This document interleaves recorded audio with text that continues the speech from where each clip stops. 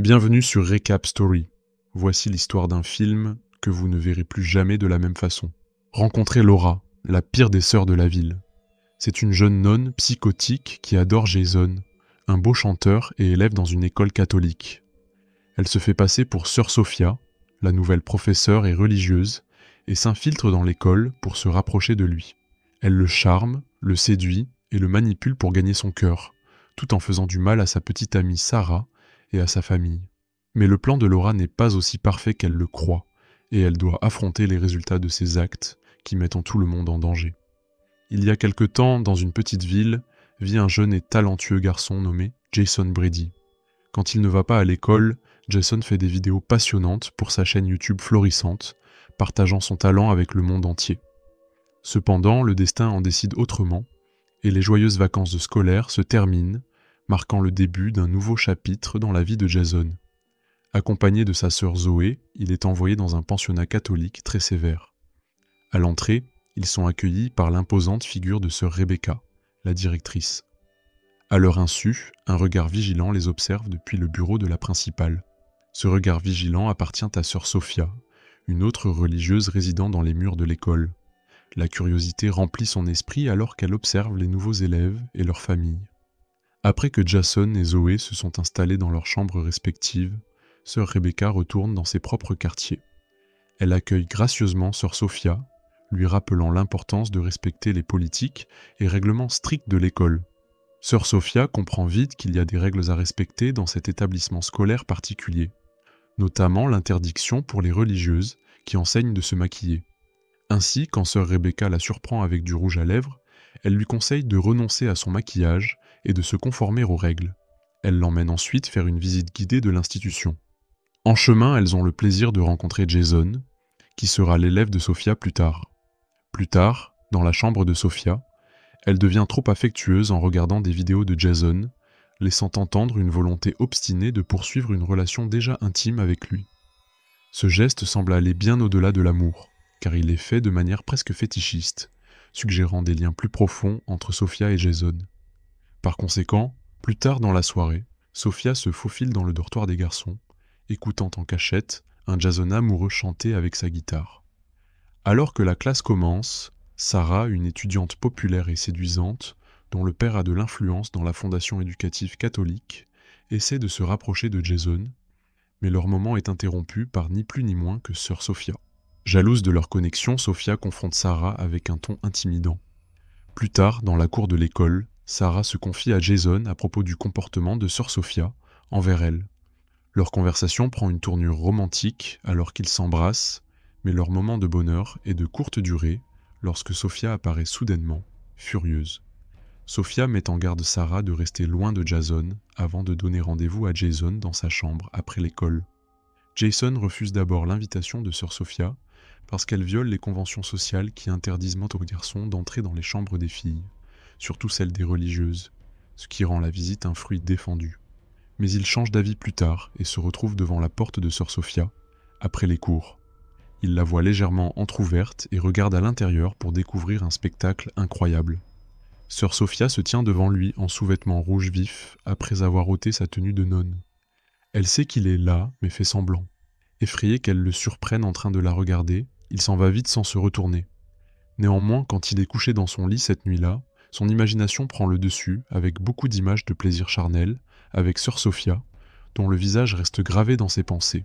Le lendemain, sœur Sophia agit sournoisement et entre dans le dortoir des filles la nuit pour mettre de la drogue dans le livre de Sarah. Elle veut la piéger et la faire renvoyer de l'école.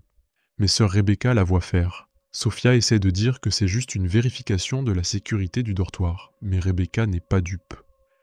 Le lendemain en classe, Sophia attire l'attention sur le livre de Sarah et montre la cigarette trouvée à l'intérieur.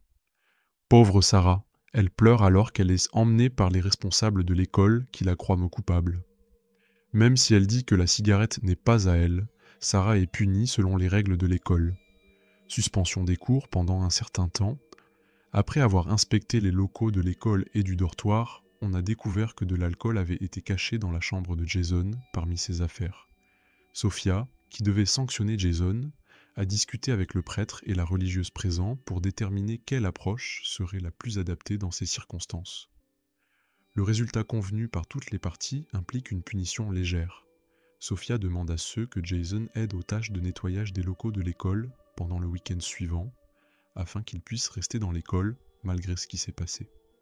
Ensuite, on voit à travers un flashback que Sophia a développé des sentiments forts pour lui au fil du temps, en découvrant d'abord une de ses vidéos en ligne qui a attiré son attention de manière significative, puis en cherchant plus d'informations sur lui. En approfondissant ses recherches, Sophia apprend l'existence d'une religieuse portant le nom de Sophia, qui est affectée à cette école catholique. Après avoir tué cette religieuse et pris son identité, elle réussit à s'intégrer parfaitement dans cet établissement, avec le but de se rapprocher de Jason. Une fois de plus, le week-end est arrivé. Jason et Zoé doivent nettoyer l'école comme punition. Mais Jason ignore que son travail ennuyeux va prendre un tournant surprenant. Pendant qu'il nettoie, il aperçoit une silhouette dans l'ombre. C'est Sœur Sophia qui a envie de séduire Jason. Elle lui offre son aide, mais elle dissimule ses intentions sous un air innocent. La nuit tombée, Jason est dans sa chambre. Il ne se doute pas qu'il va recevoir une visite inattendue. Sœur Sophia, poussée par le désir et munie de son téléphone, filme secrètement la scène qui va se dérouler. Jason dort, mais il sent quelqu'un dans sa chambre. Il ouvre les yeux et voit Sœur Sophia. Il est étonné et ne sait pas comment réagir. Elle se rapproche de lui et lui parle doucement. Avec une conviction inébranlable, Jason reste ferme, refusant de succomber aux fruits défendus devant lui. Il sait que ce chemin est interdit, une tentation pécheresse qu'il ne peut pas entretenir. Mais Sœur Sophia ne tient pas compte de son refus catégorique. Elle se débarrasse de ses habits de religieuse et révèle son corps à Jason. Il la trouve belle et il la désire également. Il oublie les règles et le danger. Il se laisse emporter par son envie et embrasse Sœur Sophia. Ils font l'amour sans penser aux conséquences. Jason se réveille le lendemain matin avec un grand remords après avoir couché avec une des religieuses de son école. Plus tard dans la journée, pendant qu'il n'est pas dans sa chambre, Sophia vient fouiller ses habits sans voir que Zoé est aussi entrée dans la pièce et la regarde faire. Quand Zoé se montre, Sophia la gronde. Zoé est choquée d'avoir découvert quelque chose d'aussi grave sur le campus. Elle raconte tout à Jason qui décide de tout avouer avant la fin de l'école le vendredi après-midi. Mais c'est la sœur Sophia qui écoute sa confession au lieu d'un prêtre comme on le croit. Ils finissent par sympa et par refaire l'amour derrière les portes fermées de la petite cabine de confession avant de se quitter pour le week-end. Les Brady se réunissent pour un dîner familial, mais la tension monte lorsque le père de Jason le réprimande pour ses mauvaises notes. Pour aggraver la situation, Jason révèle son ambition de devenir chanteur. Un rêve qui ne fait qu'exaspérer davantage son père. Déterminé à oublier ce drame, Jason sort faire la fête avec des amis. Là, il se sent attiré par Sarah et partage un moment intime avec elle. Mais juste au moment où les choses s'intensifient, des souvenirs de Sophia envahissent l'esprit de Jason et il se retire brusquement. Alors qu'il quitte la fête avec une bouteille d'alcool à la main, Jason se fait arrêter par la police. Heureusement pour lui, Sophia vient à son secours et l'emmène dans sa chambre d'hôtel où elle essaie une fois de plus de le séduire.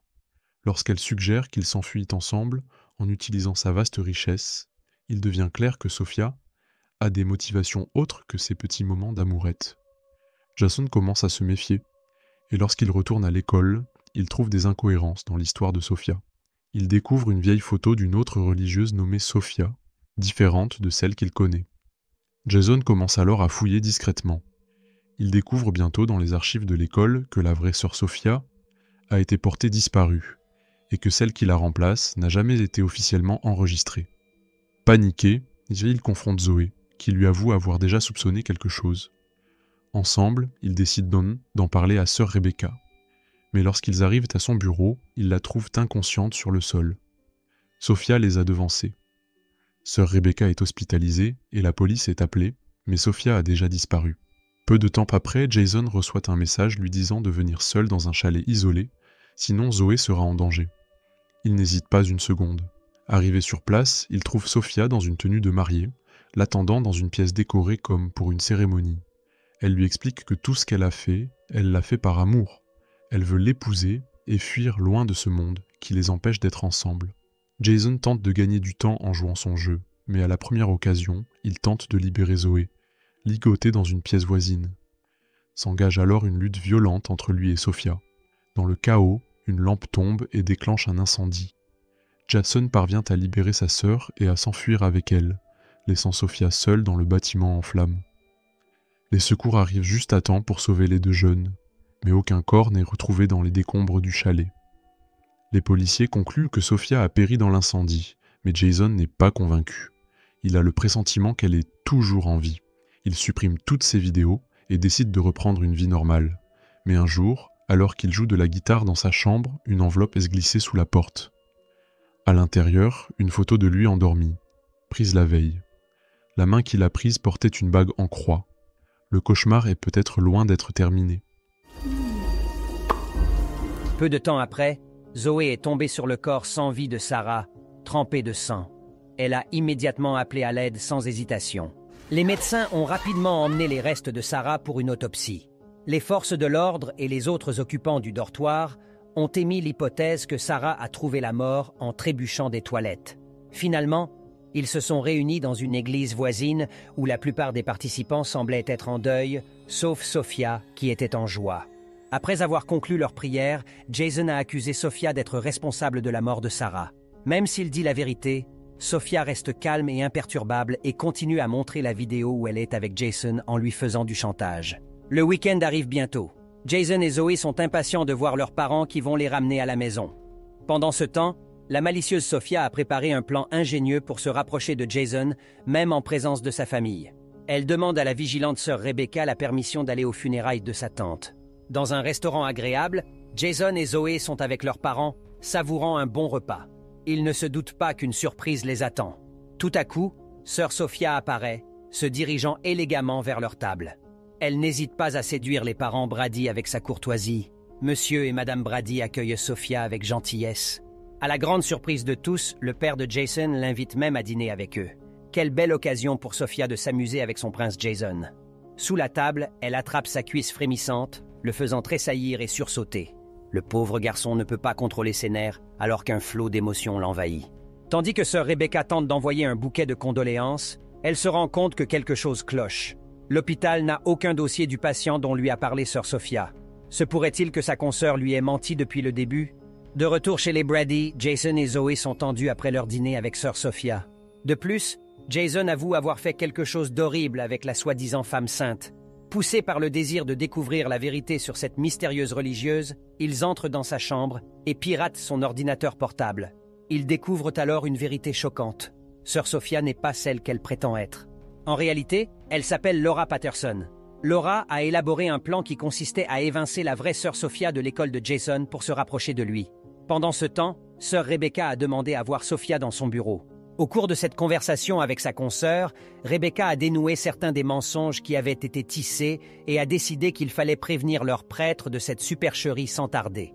Hélas, avant qu'elle ne puisse agir, Sophia l'a agressée violemment, la laissant inconsciente. Pour partager avec sœur Rebecca ce qu'ils ont découvert sur la véritable identité de sœur Sophia, Jason et Zoé se sont rendus chez sœur Rebecca, mais n'ont pas obtenu de réponse quand ils ont frappé à la porte de son bureau, ignorant que Sophia se cachait dans son bureau ayant neutralisé cette religieuse. Après cela, Jason a fini par aller à l'église où il a fini par retrouver Sophia. Les Brady ne perdent pas de temps. Ils disent qu'ils vont tout raconter à sœur Rebecca. Cette nouvelle rend Sophia folle de colère. Sans réfléchir, elle assomme Zoé et attaque Jason avec violence. Mais quand tout semble perdu, un retournement de situation surprenant se produit. Sœur Rebecca, que tout le monde croyait morte, sort de l'ombre. Mais Sophia, qui a un esprit rebelle, se défend avec acharnement, prenant le dessus sur la religieuse courageuse. Pendant le combat, Sophia perd un peu son attention, ce qui donne à Jason une chance de s'en sortir.